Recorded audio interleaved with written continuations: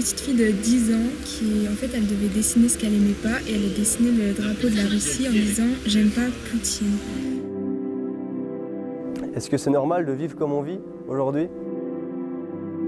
Plein d'enjeux liés au corps des femmes, à l'invisibilisation des femmes, aussi bien dans le langage que dans la société.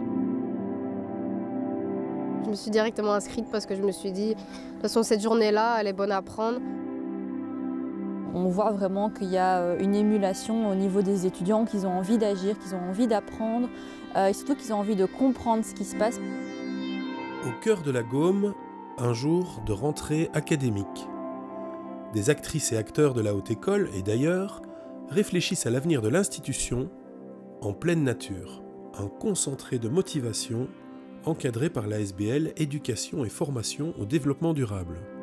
On a une SBL qui accompagne principalement les établissements du supérieur et du secondaire. C'est quand même en nombre, en tout cas, les plus grands acteurs de la Haute École. C'est eux qui vivent la Haute École. Et donc, on a des professeurs qui s'investissent, du personnel administratif et ouvrier qui s'investissent. Mais ici, c'est les étudiants qu'on voulait vraiment sonder et rendre acteurs de leur Haute École. Ici, ce qu'on a vu, c'est que les étudiants avaient un intérêt particulier pour tout ce qui était question de transition énergétique, la question de la biodiversité, et derrière moi, la table va plutôt parler des questions du genre et de la multiculturalité. C'est votre rôle de trouver des idées.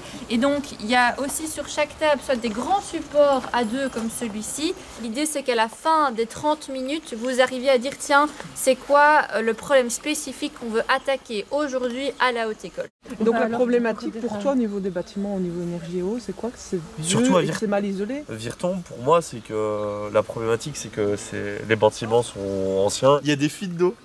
Toi, tu l'as pas encore vu? Si, dans le gymnase, il y a plein de fuites d'eau dans nos bâtiments. Première étape, choisir quelles idées vous souhaitez développer.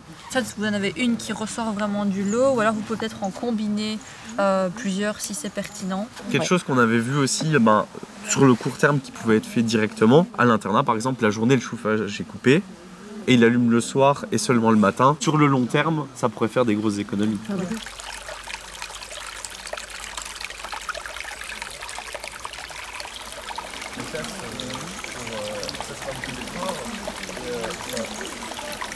On cuisinerait ensemble et puis on mangerait et en même temps on débattrait parce qu'on s'est rendu compte qu'il y avait un lien social et un esprit critique, faire quelque chose ensemble et pas de simplement s'asseoir autour d'une table et de lancer un débat un peu froid. Conférences, animations, jeux, est-ce que vous pouvez concevoir des outils pédagogiques pour sensibiliser les enfants, les ados, les adultes? Je pense que ceux qui sont déjà sensibilisés qui viennent ici. Ce qui pose problème, c'est pas spécialement les rôles qui sont définis, c'est justement la transgression en fait.